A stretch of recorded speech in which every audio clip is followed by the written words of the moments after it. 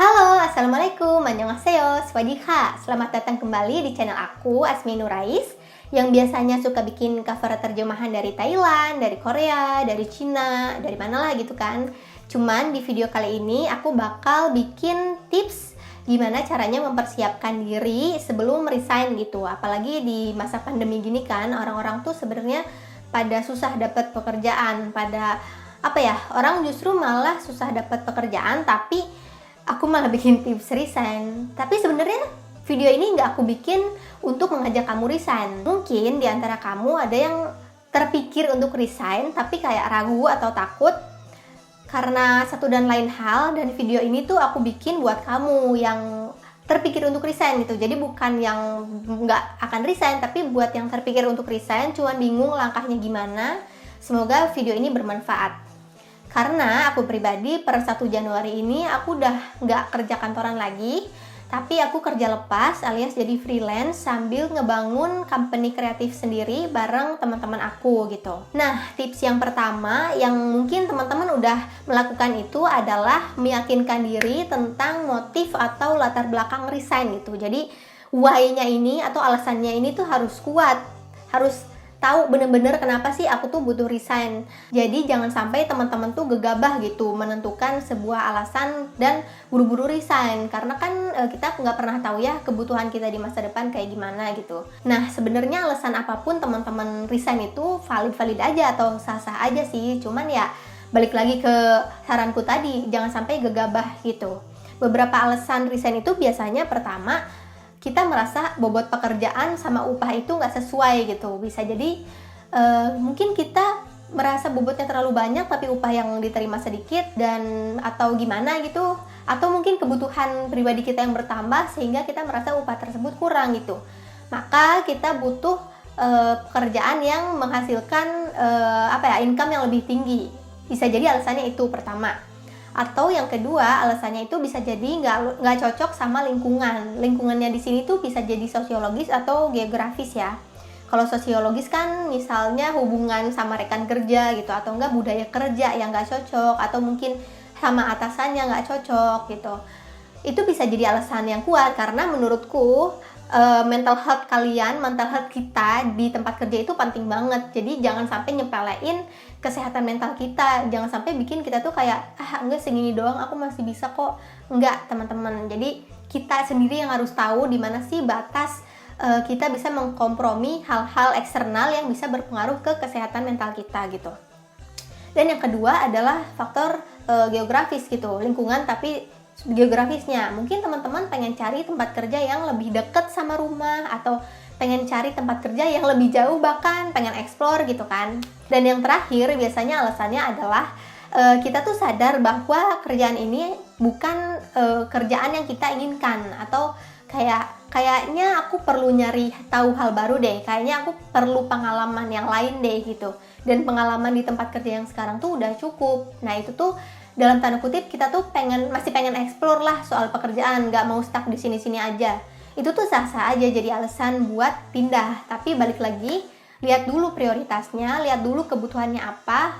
Bisa nggak sih kita resign gitu dengan kondisi kita saat ini? Sebenarnya selain 3 alasan tadi, ada beberapa alasan yang datangnya dari luar yang mungkin bisa berpengaruh juga, kayak misalnya nikah atau kuliah lagi gitu. Itu tuh bisa jadi. Cuman kan itu alasan yang sangat reasonable ya, maksudnya alasan yang kuat yang mungkin tidak membutuhkan keraguan gitu, karena sudah dibicarakan matang-matang dengan keluarga gitu kan. Nah, tapi balik lagi, apapun alasan kita untuk resign, kita kalau bisa tuh jangan gegabah, jangan buru-buru, dan lihat dulu nih apakah kita sanggup untuk menghadapi apa yang terjadi setelah resign, apakah kita punya persiapan finansial yang cukup gitu, apakah kita udah punya rencana yang matang. Nah, kayak gitu.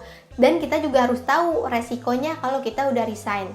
Nah, buat tahu resiko ini, aku pribadi bikin kayak skema manajemen resiko. Kalau aku sih bahkan sampai bikin kayak proposal gitu ya, proposal yang ntar aku kasih lihat di sini. Nggak lihat ke ini, aku lihatnya Viewfinder. Aku tuh sampai bikin proposal yang ini tuh aku liatin ke orang tua aku, supaya orang tua aku tuh yakin kalau si teteh nih kalau nanti udah resign dan jadi freelance tuh bisa gitu menjalaninya gitu. Nah, si skema manajemen resiko ini aku buat dalam bentuk tabel. Di tabelnya itu tuh aku bikin 3 kolom, ada nomor, ada masalah, dan ada solusi. Jadi masalahnya tuh maksudnya masalah apa yang akan kita hadapi setelah resign nanti, dan solusi itu kayak gimana sih kita menghadapi masalah itu gitu. Kayak misalnya, kalau aku resign, aku tuh nanti nggak akan punya laptop, karena kan selama aku kerja di kantor, aku pakai laptop kantor dan aku nggak punya laptop pribadi. Jadi masalah nomor 1 adalah nggak punya laptop. Dan solusi yang aku lakukan adalah aku menunggu beberapa bulan sampai tabunganku cukup untuk membeli laptop. Sehingga ketika aku resign, aku punya laptop itu gitu. Masalah kedua adalah aku kan nanti jadi nggak punya penghasilan tetap dong setelah resign. Maka aku mengajukan status freelance ke kantor. Jadi siapa tahu kalau kantor membutuhkan bantuanku gitu, aku tetap masih bisa bantu. Dan aku juga ngajuin diri ke beberapa teman yang suka dan suka ngerekrut pekerja-pekerja freelance. Jadi aku kayak nawarin diri gitu, gengs aku udah freelance nih, boleh kontak aku ya kalau butuh penulis, kayak gitu. Dan alasan yang ketiga adalah aku mungkin akan kesusahan untuk bayar kosan, karena kan kalau kosan tuh aku butuh spending per bulan yang tetap gitu kan buat bayar sewanya. Jadi solusi yang aku lakukan adalah aku tinggal di rumah orang tuaku dulu. Jadi aku bareng sama orang tuaku dulu nih, dan WFH terus-terusan karena aku nggak mungkin rapat di tempat gitu. Kalau misalnya udah di kampung halamanku tuh di Subang, jadi bukan di Bandung, bukan di kota besar gitu. Nah, kalau misalnya udah bikin skema manajemen resiko itu, teman-teman jadi bisa tahu gimana sih cara menghadapi resiko-resiko itu gitu, sehingga persiapannya pun jadi lebih matang dong. Dan yang terakhir, siapin rencana ke depan gitu, rencana-rencana yang mungkin bisa jadi alasan kenapa teman-teman resign. Misalnya yang berencana mau kuliah, udah pastilah rencananya ada dong kuliah, terus udah kuliah ngapain. Atau teman-teman yang misalnya belum kepikiran atau belum ada kerjaan lain, bikin rencana kayak misalnya, oke, 2 bulan akan ada waktu buat apply kerjaan baru, atau mungkin mau jadi freelancer, atau mungkin mau jadi content creator. Nah, itu tuh harus dibikin rencana gitu, kayak gimana cara menghadapinya. Syukur-syukur kalau teman-teman lagi proses dapat kerjaan baru, tapi ya kalau enggak, ya direncanain aja berapa lama kira-kira bakal interview kerja, berapa lama kira-kira nargetin buat dapat kerjaan baru, kayak gitu. Nah, di bagian planning ini penting untuk kita tahu ada berapa sih dana darurat yang kita punya buat menghidupi diri di fase ketika kita nggak punya penghasilan sama sekali gitu. Jadi misalnya di rencana itu kita bikin target 3 bulan ke depan harus punya kerjaan baru.